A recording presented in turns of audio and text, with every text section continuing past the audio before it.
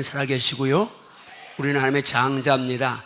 네가 받은 은혜, 네가 누린 은총을 너희 성도들에게도 동일하게 누리게 하라. 그래서 제가 강조합니다. 여러분, 지금부터 없으면 하루에 1,000원이라도, 한 달에 10,000원이라도 저축하세요. 그리고 감사를 드리세요. 드리되 분명히 원리입니다. 내 하나님 여호와께서 택하신 곳에서 저는 항상 성전 중심의 삶을 살아야 될 점 있습니다. 오늘 예배도 그분 앞에서 드려야 될 점 있습니다.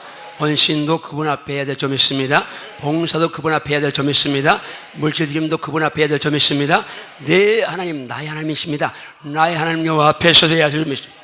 그리고 내 하나님 여호와께서 주신 복을 따라 힘껏 드리는 것, 예배든 기도든 찬양이든 물질이든 드리는 건 힘을 다해야 될 점이 있습니다. 내 하나님께서 주신 복을 따라서. 그리고 마지막으로 수감설에만 주는 특별 메시지죠. 내 하나님 여호와께서 내 모든 물상과 내 손의 모든 일에 복 주식을 인하여 너는 온전히 즐거워할지니라. 파종하는 농부의 즐거움을 가지고 여러분이 준비하기를 주님으로 축복합니다. 주먹 주고 따라합니다. 주여, 내 인생에 감사가 메마르지 않게 하소서. 할렐루야. 평생에 불평불만하는 입술 여러분 정복될지어다.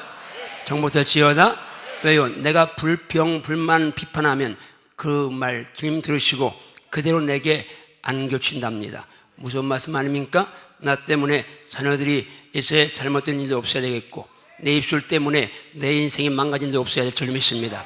내 입술 때문에 나도 잘 돼야 될 것이고 내 자녀도 복을 받아야 될 점이 있습니다. 입술 열어서 감사하십시오. 있는 대로 감사하십시오. 어려운 대로 감사하십시오. 그래야 아니하실 때도 감사하십시오. 사자굴에 들어가도 감사하십시오. 애매히 고난을 받아도 감사하십시오. 감사라는 보자기 안에는 온갖 미학이 있어서 감사라는 보자기 안에만 들어가면 모든 것이 다 바뀌어지고 새로워질 줄로 믿습니다. 자, 우리가 이제 이 다니엘의 감사, 우리 가운데서는 제가 인용도 많이 하고 본문으로 일체 선택해서 설교도 많이 한 본문입니다. 그만큼 제게 이 말씀이 감동을 줬고 제 인생을 바꾼 말씀이기 때문에 그렇습니다. 다니엘, 유다가 망할 때에 포로가 되어서 끌려갔습니다. 다행히도 바벨론이라는 나라는 정복하는 나라들을 그냥 정복해서 망가뜨리지 아니하고 그 포로로 잡아간 사람들을 자기 나라에 가서 그 타운을, 코리안 타운, 이제 차이니스타운 하면서 하듯이 이스라엘 사람들이 가서 이스라엘 사람들만 모여 살도록 그 나라의 종교나 전통이나 문화를 영위를 했습니다. 그리고 탁월한 사람들은 청소년들을 포로로 데려가서 그 나라 문화, 학문 그리고 언어를 익혀서 거기서 등 위에 썼습니다. 페르시아 왕이 다리오가 120명의 고관과 그 위에 3명의 총리를 두었습니다. 그런데 다니엘이 바로 총리 중에 한 사람입니다.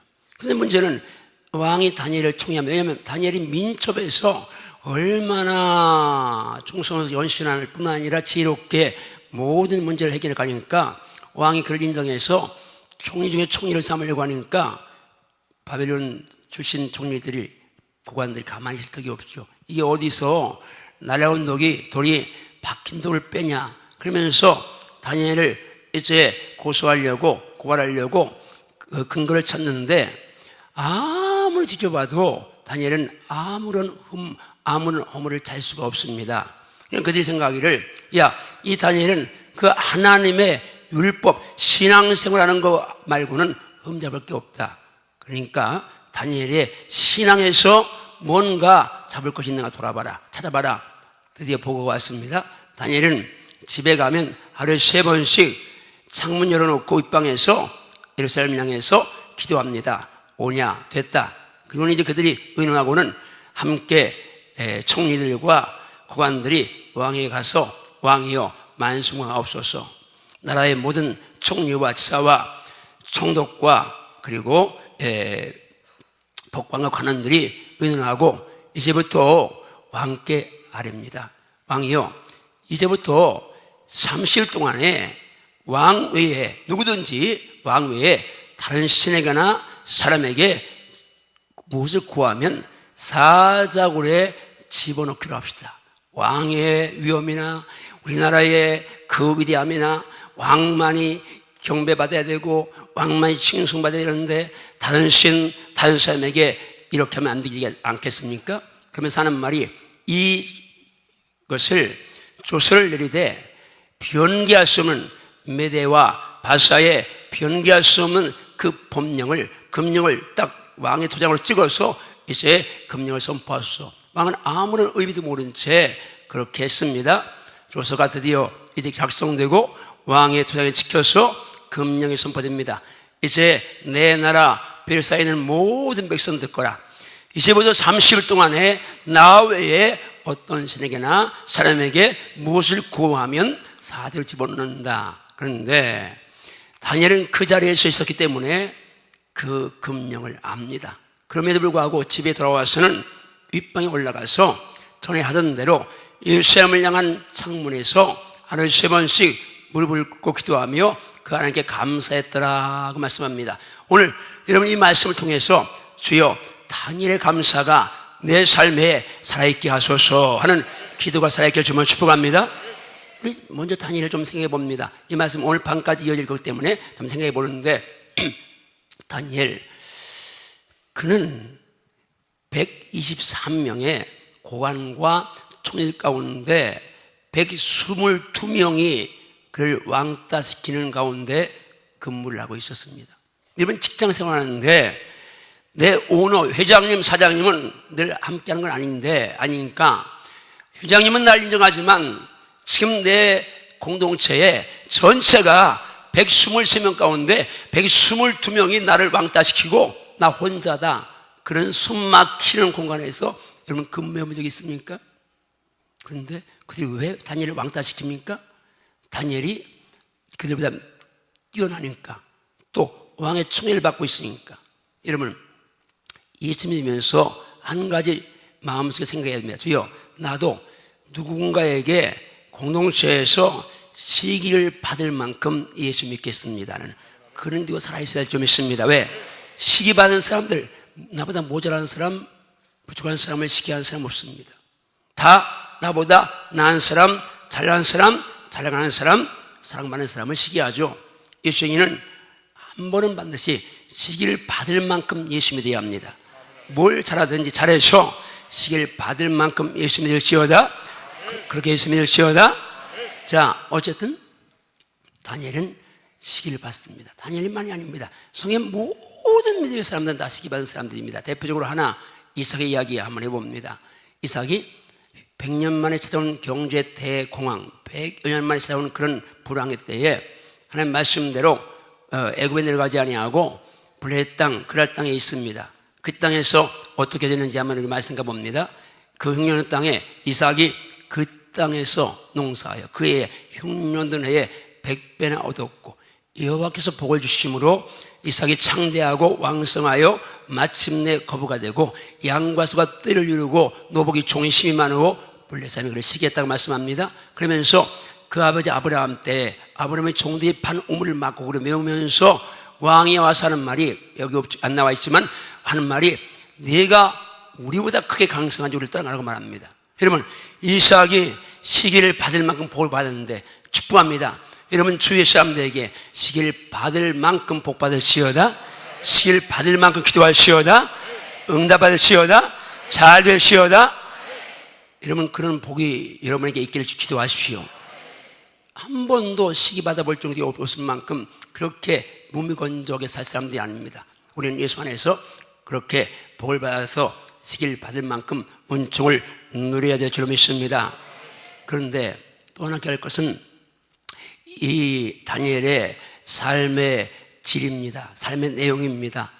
그는 이 고관들이 4절을 한번 가봅니다.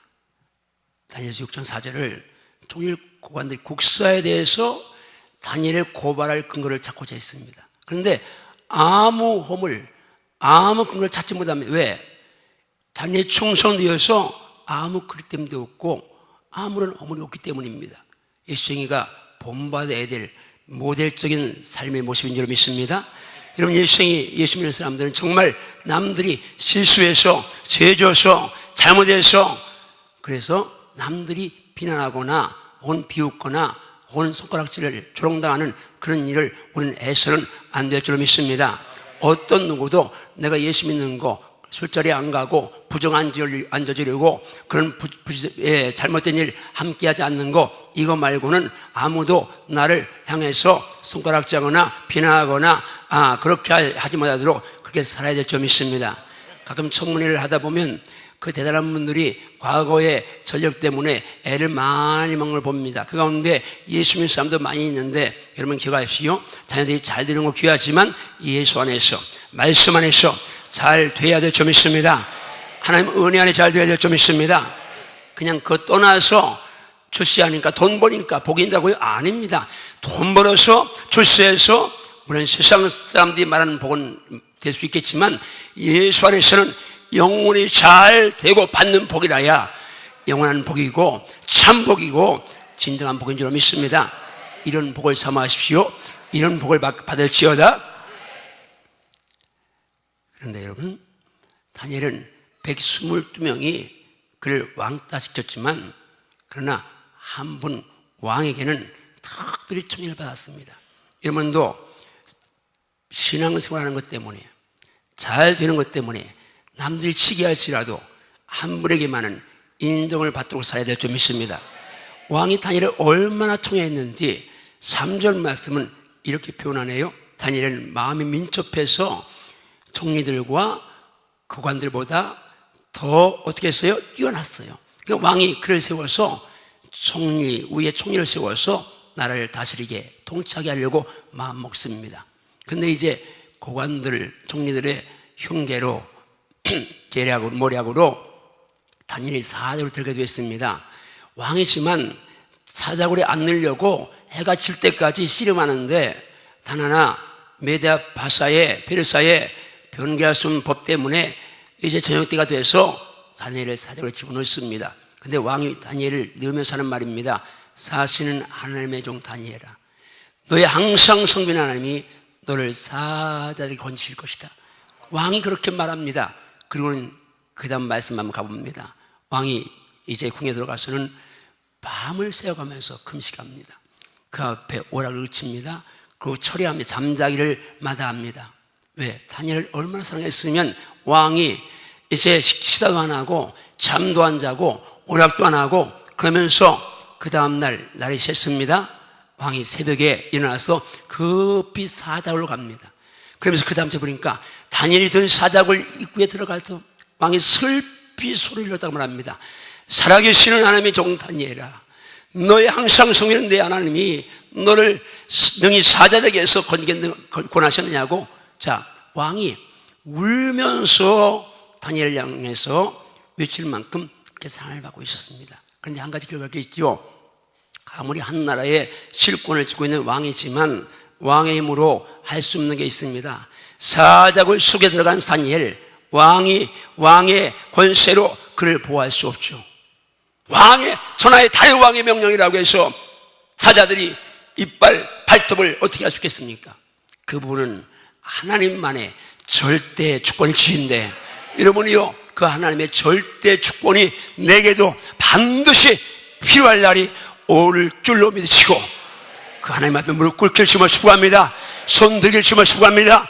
하나님을 인정하며 살시오다. 다니엘의 이야기 중에서 한 가지 또 기억할 게 있습니다. 여러분, 다니엘은 자기를 그렇게 미워하고 자기를 죽이려고 달려드는 그 122명 가운데 왕따를 당하고 있었지만 그들을 묵상하지 않았습니다. 내일이면 사자굴에 들어가야 되는데 사자굴에 들어가야 되는 두려움과 불안과 염려와 공포를 묵상하지 않았습니다. 예수님은 어떤 경우에도 사람이나 환경을 묵상하지 않습니다. 예수만 묵상해야 합니다. 예수님만 바라봐야 합니다. 말씀만 묵상해야 될 점이 있습니다. 사람 묵상하면 그가 모델적인 사람이라도 멸망할 것이고, 사람 묵상하면, 미워하는 사람 묵상하면 그것 때문에 내 영혼이 망할 것이지만, 예수님 묵상하면, 예수님 생각하면 내가 살 것이고, 내가 살 것이고, 내가 살 것이고, 내게 복이 임할 줄 믿습니다. 사랑하는 성도 여러분, 정말로 이 시간에 여기 나와 앉아있는데 정말 주님 묵상하기를 주님을 축복합니다. 주님만 바라보기를 주님을 축복합니다. 날만 내 생의 전부가 주님인 줄 알고 주님께만 올인하기를 주님을 축복합니다. 주님만 기쁘시게 하십시오.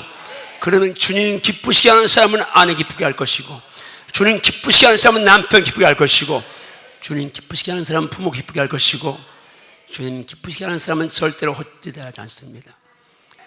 우리가 성경에 보면요, 이거 환경이라 사람 묵상하는 사람들 말로가 얼마나 비참한지를 잘 압니다. 사울 왕이 될 때는요 겸손했습니다. 정말 아주 착했습니다. 그리고 신실했습니다. 그리고 용기 있었습니다. 근데 그가 정말 비운의 왕으로 그렇게 비참하게 전투에서 패해서 아들들과 함께 죽고, 그는 목은 떨어져 나가고 목은 떠나가서 온 불의 땅에 가서 이게 사울 왕이다고, 우리가 이스라엘 왕을 죽였다고 그러면서 목은 돌아다니고 몸 벳산 성벽에 벌거벗은 채 이제 거기 이게 이스라엘 왕 사울의 몸이다. 그리고는 이제 목이 없는 시체가 거기 성벽에 걸려 있을 만큼 비참하게 죽었습니다. 왜 그랬나요? 여러분, 이스라엘 전쟁이 있었습니다. 블레셋 나라와 전쟁이 있는데, 고대 전쟁이나 뭐 근대나 현대나 전쟁은 패하면 비참하죠. 고대 전쟁 패하면, 일단 전쟁에 패하면 거기에 죽든지 불구제가 되든지 포로가 되든지 남자는 그래야 될 것이고, 그리고 그렇게 패하고 나면 이제는 분유자들이 성폭행 혹은 자녀들이 포로가 되고 온갖 고통을 당합니다. 근데 거기 블레셋 땅에 골리앗이라는 어마어마한 장수가 나타나서 도무지 해볼 수가 없습니다. 정말 절망인데 이때 갑자기 예성처럼 한 소년이 등장합니다. 다윗입니다. 다윗이 물매로 골리앗문을 들고 나니까 이스라엘 백성들이 얼마나 좋아했습니까? 자, 이제 개선 장군, 개선의 행렬이 지금 이제 귀국합니다. 귀환합니다. 근데 고대 전쟁에서 개선하면 모든 영광을 왕이 받습니다.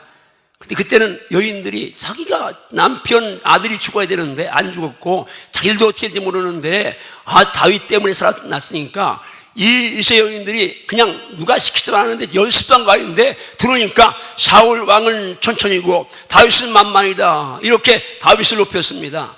그 말을 들은 사울이 얼마나 불쾌했던지, 야, 다윗에게는 만만을 돌리고 내게는 천천을 돌리니까 이제 그가 얻을 게 나라밖에 더 있느냐? 그러면서 그 다음 절 한번 봅니다. 자, 같이 있습니다. 큰 소리 두 번 있습니다. 시작. 그날 후로 사울이 다윗을 주목하였더라.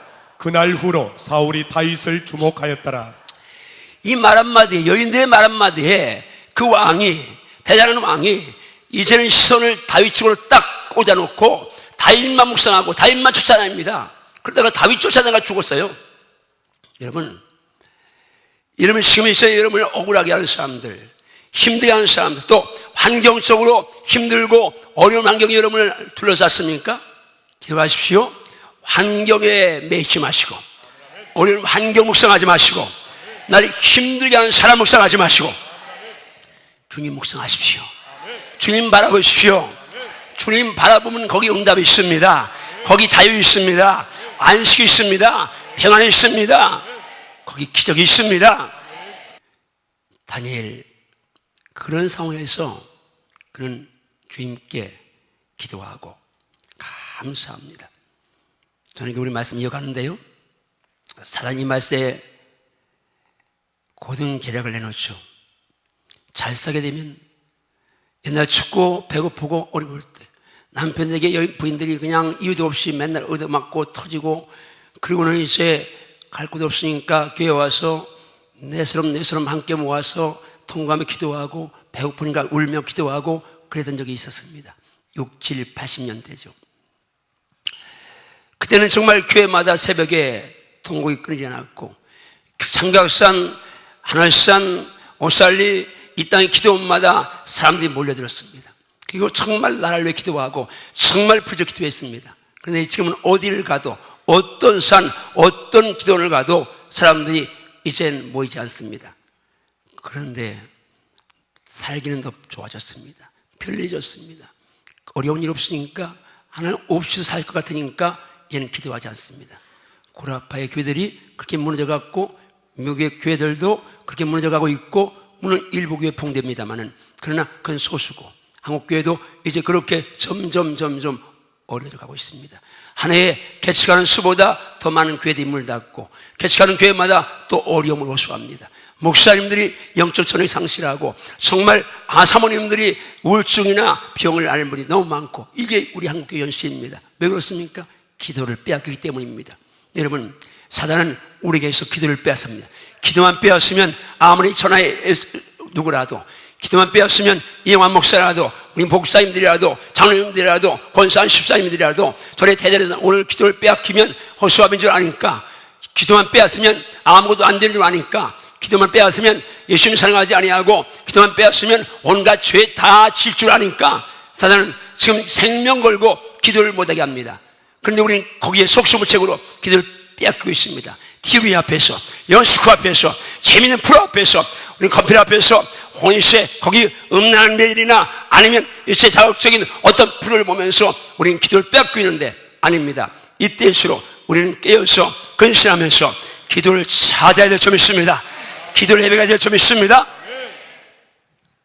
기도하면 제가 고난 받아보니까 연단 받아보니까 아파보니까 어려보니까 그때 기도하니까 그 아픔, 그 고난, 그 연단 속에서 불평하거나 아니면 좌절하거나 포기하지 아니하고 그 어려움 속에서 감사가 터져나온 걸 제가 경험했습니다. 여러분이 지금 힘들다고요? 어렵다고요? 그렇게 말하는 입술 속에는 지금 분명히 하나 있습니다. 나는 기도하지 못하고 있어요 라고 말할 겁니다. 그걸 고백하는 겁니다. 여러분, 아무 어려워도 기도하면 감사 나오고 사랑이 나오고 기쁨이 얼굴에 넘치게 될 점이 있습니다. 그런 은혜가 임할지어다. 그런 복을 받을지어다. 근데 기도하되 감사하며 기도하십시오. 불평하며 기도하지 말고 감사하며 기도하십시오. 다니엘은 그 습관이 되었습니다. 전에 하던 대로 예루살렘의 열린 창을 놓고 무릎 꿇고 기도하며 따릅니다. 그 하나님께 감사하였더라. 아멘인가요? 아멘인가요? 여러분은 평강을 내 부름 받았습니다. 지금 말씀하죠. 그때 평강이 너희 마음을 주장하게 하라. 평강을 위하여 너희가 한 몸으로 부르심 받았나니 또한 너희는 감사하는 자로 말씀하십니다. 뭐요? 감사하는 자에게 평강을 따라온다 그 말입니다. 다니엘이 사역을 들어가는데도 평강을 잃지 않고 감사할 수 있던 것은 감사를 계속했기 때문입니다. 주님 말씀하시면 아무것도 염려하지 말라. 염려할 건 많은데요, 아무것도 염려하지 말아라. 이 모든 일에는 잘된 일, 어려운 일, 힘든 일, 고통스러운 일, 아픈 일 별게 다 있겠죠. 그런데 모든 일에 기도와 간구로 어려움이 있습니까? 모든 일이 기도하십시오. 간구하십시오. 너희 구할 것을 어떻게 하려고요? 하나님 왜 이렇게 주셨나요? 기도하는 게 아니라 감사함으로 하나님께 하라고 말씀하십니다. 그리하면 감사로 기도하면 모든 세계에 뛰어난 하나님의 평강이 그도 예수 안에서 너희 마음과 생각을 지킨다고 말씀하죠. 평강이 따라온다고 말씀하십니다. 자, 이 평강이 감사, 이 기도 여러분 속에 살아있기를 주님을 축복합니다. 그래서 다니엘처럼 여러분과 여러분 자녀의 복을 받기를 주님을 축복합니다. 기도하시겠습니다.